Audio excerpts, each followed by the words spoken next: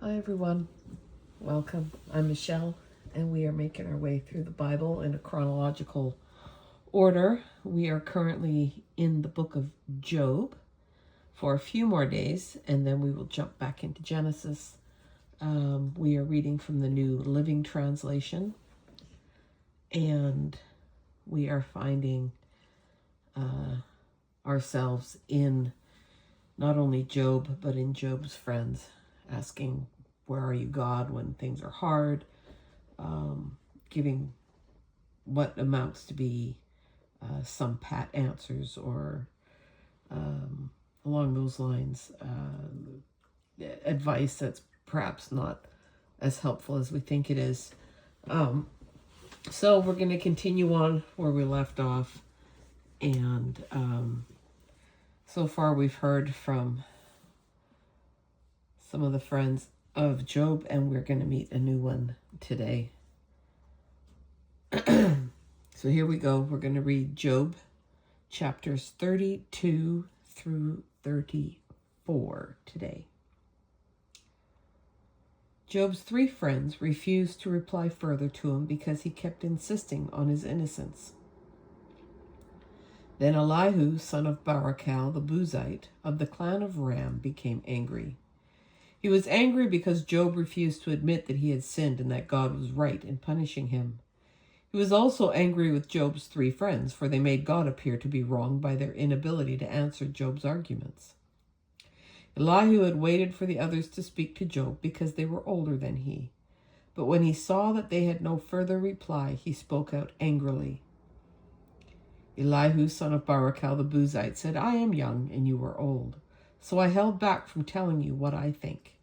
I thought those who are older should speak, for wisdom comes with age. But there is a spirit within people, the breath of the Almighty within them, that makes them intelligent. Sometimes the elders are not wise, and sometimes the aged do not understand justice. So listen to me, and let me tell you what I think. Okay, this is almost sounding like a bit of a generational gap. But here we go, Elihu. I have waited all this time, listening very carefully to your arguments, listening to you grope for words. I have listened, but not one of you has refuted Job or answered his arguments. And don't tell me he's too wise for us. Only God can convince him. If Job had been arguing with me, I would not answer with your kind of logic. You sit there baffled with nothing more to say. Should I continue to wait now that you are silent? Must I also remain silent? No, I will say my piece and I will speak my mind. For I am full of pent-up words, and the spirit within me urges me on. I am like a cask of wine without a vent, like a new wineskin ready to burst. I must speak to find relief, so let me give my answers. I won't play favorites or try to flatter anyone, for if I tried flattery, my Creator would soon destroy me. Listen to my words, Job, and pay attention to what I have to say. Now that I have begun to speak, let me continue. I speak with all sincerity, and I speak the truth. For the Spirit of God has made me, and the breath of the Almighty gives me life. Answer me if you can, and make your case and take your stand. Look, you and I both belong to God. I too was formed from clay, so you don't need to be afraid of me. I won't come down hard on you. You have spoken in my hearing, and I've heard your very words. You said, I'm pure, I am without sin. I am innocent, and I have no guilt. God is picking a quarrel with me, and he considers me his enemy. He puts my feet in the stocks and watches my every move. But you are wrong, and I will show you why. For God is greater than any human being. So why are you bringing a charge against him? Why say he does not respond to people's complaints? For God speaks again and again, though people do not realize it. Truth. He speaks in dreams and visions of the night, when the deep sleep falls on people as they lie in their beds. He whispers in their ears and terrifies them with warnings. He makes them turn from wrongdoing. He keeps them from pride, and he protects them from the grave, from crossing over the river of death. Or God disciplines people with pain on their sick beds, with ceaseless aching in their bones. They lose their appetite for even the most delicious food, and their flesh wastes away and their bones stick out. They are at death's door. The angels of death wait for them. But if an angel from heaven appears, a special messenger to intercede for a person and declare that he is upright, he will be gracious and say, Rescue him from the grave, for I have found a ransom for his life. Then his body will become as healthy as a child's, firm and youthful again. When he prays to God, he will be accepted, and God will receive him with joy and restore him to good standing. He will declare to his friends, I sinned and twisted the truth, but it was not worth it. God rescued me from the grave, and now my life is filled with light. Yes, God does these things again and again for people. He rescues them from the grave so they may enjoy the light of life. Mark this well, Job, and listen to me, for I have more to say. But if you have anything to say, go ahead. Speak, for I am anxious to see you justified. But if not, then listen to me. Keep silent, and I will teach you wisdom. Okie dokie. Then Elihu said, listen to me, you wise men. Pay attention, you who have knowledge. Job said, the ear tests the words it hears, just as the mouth distinguishes between foods. So let us discern for ourselves what is right. Let us learn together what is good. For Job also said, I am innocent, but God has taken away my rights. I am innocent, but they call me a liar. My suffering is incurable, though I have not sinned. Tell me, has there ever been a man like Job with his thirst for irreverent talk?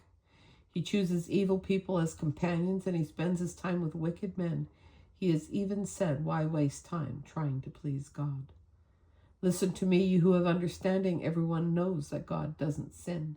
The Almighty can do no wrong. He repays people according to their deeds, and he treats people as they deserve. Truly, God will not do wrong. The Almighty will not twist justice. Did someone else put the world in his care? Who set the world in place?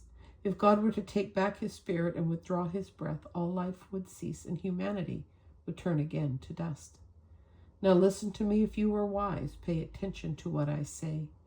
Could God govern if he hated justice? Are you going to condemn the Almighty Judge? For he says to kings, you are wicked, and to nobles, you are unjust.